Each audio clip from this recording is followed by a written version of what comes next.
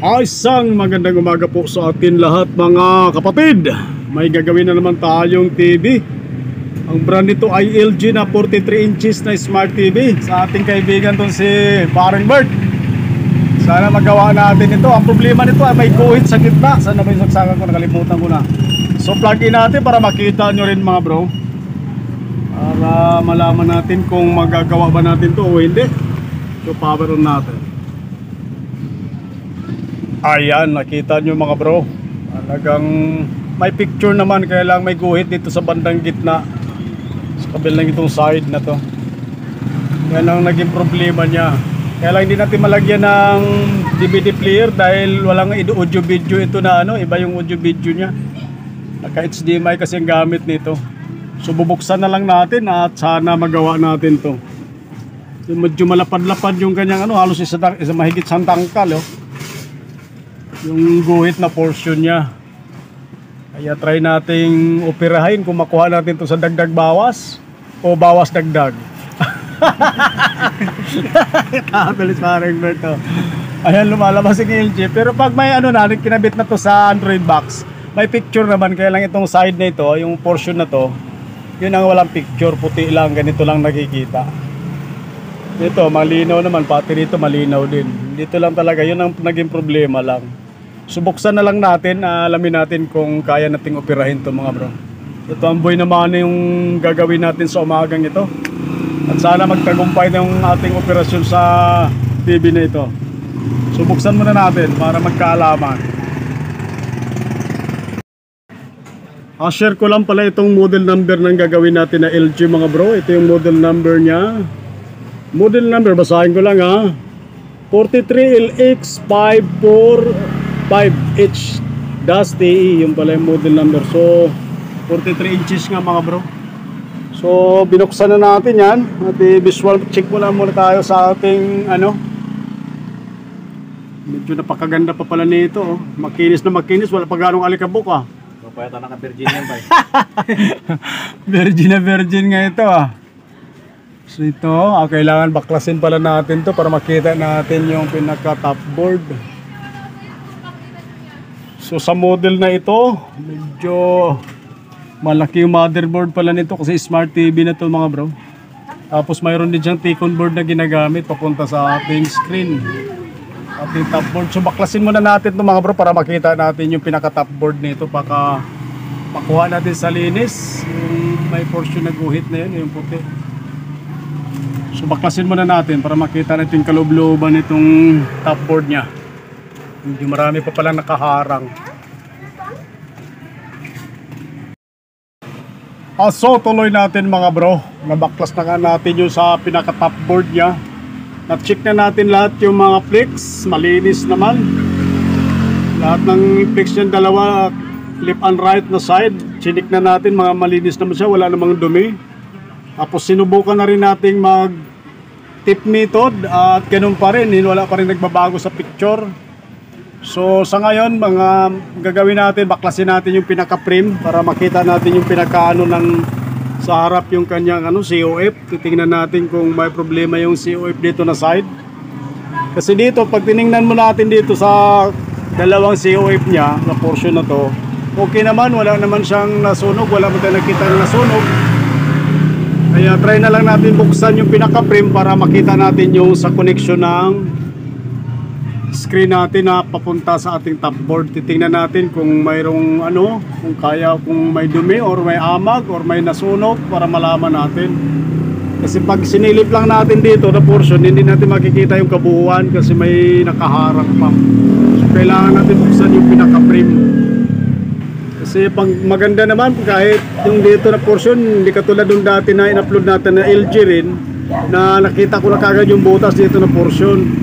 Or sa kabila ba yun? Sa side COF ba yun?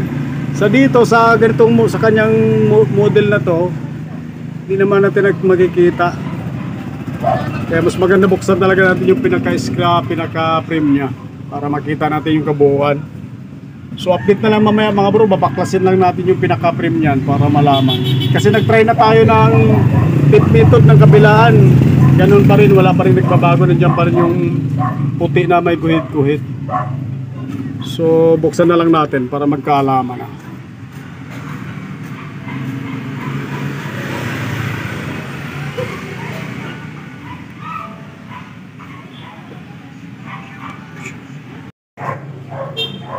Tuloy natin mga bro. Ito na-backclass na namin yung pinaka-frame dito sa baba. Pwede naman pala sa baba lang na frame ang tatanggalin. Hindi naman pala lahat buo. Kaya lang may napansin nga talaga kami dito. Napansin tayo dito mga bro sa screen. Yung portion na may may puti na ano. Pag naka-island ka nakitang kita eh. Ito yung portion na to, turo ko lang mga bro. Yan makikita nyo. Yung portion na parang puti dyan, yan yung may portion na may guhit-guhit.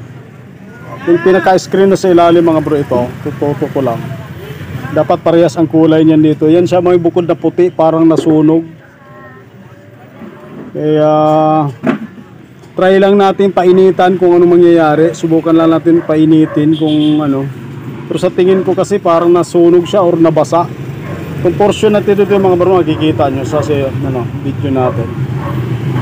Yan yung portion na to, yan ang may puti na mga bro. Yan yung may guhit dito na pa-vertical.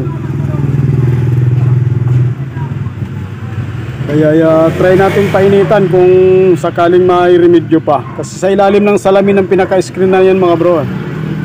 Yan o, medyo mahaba-haba, ganyan kahaba ang may puti na yan. Yan o, kitang-kita natin.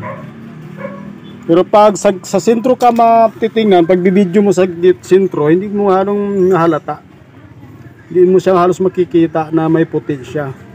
Pero pag naka-island ka, yun makikita mo talaga siya na iba ang kulay niya.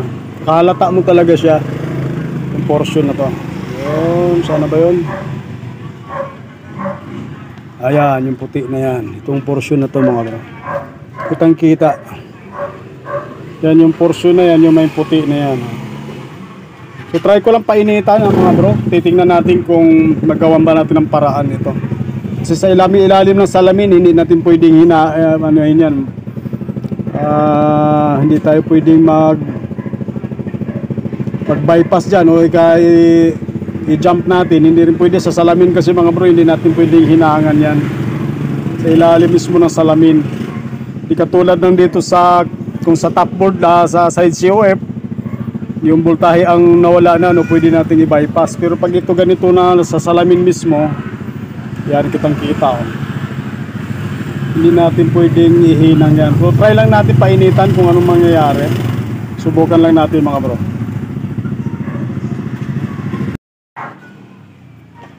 So tuloy natin mga bro. So wala rin nangyari dun sa ganun pa rin, talaga may problema yung pinaka-screen niya, yung pinakita ko na puti mga bro. Parang nasunog pala talaga ilalim nun. Kaya wala nang remedyo kasi sa ilalim ng salamin ng screen mismo. Hindi na kayang remedyohan. So pandarin lang natin para makita nyo lang. Ayan o, kitang-kita na talaga yung mga bro. Sa ilalim kasi ng salamin kaya mahirap na remedyohan pag anong trouble pala. Share ko lang ito mga bro para pag may mga salubong na mga bagong technician dyan na ganito rin trouble, medyo mahirap na pala remedyohan pag ganyang nasunog na pinakailalim ng salamin. So hindi tayo nagtagumpay sa ating operasyon ngayon mga bro. Talagang iniyan sinasabi nila, hindi lahat ng magtatagumpay. May kabiguan din. At least sinubukan natin. Mga sa ang umaayaw ay hindi nagwawagi. Kaya subukan lang natin. Wala tayong magagawa pag ganun. Sa screen na talaga problema. Kaya share ko lang to sa mga ating mga kapwa rin na technician.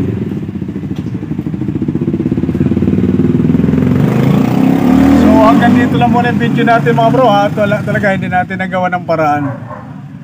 Hindi na kaya nating operahin. Sa screen kasi ilalim, medyo mabigat-bigat ang laban. So maraming salamat sa inyong panonood mga bro at suporta. Magandang umaga po sa ating lahat.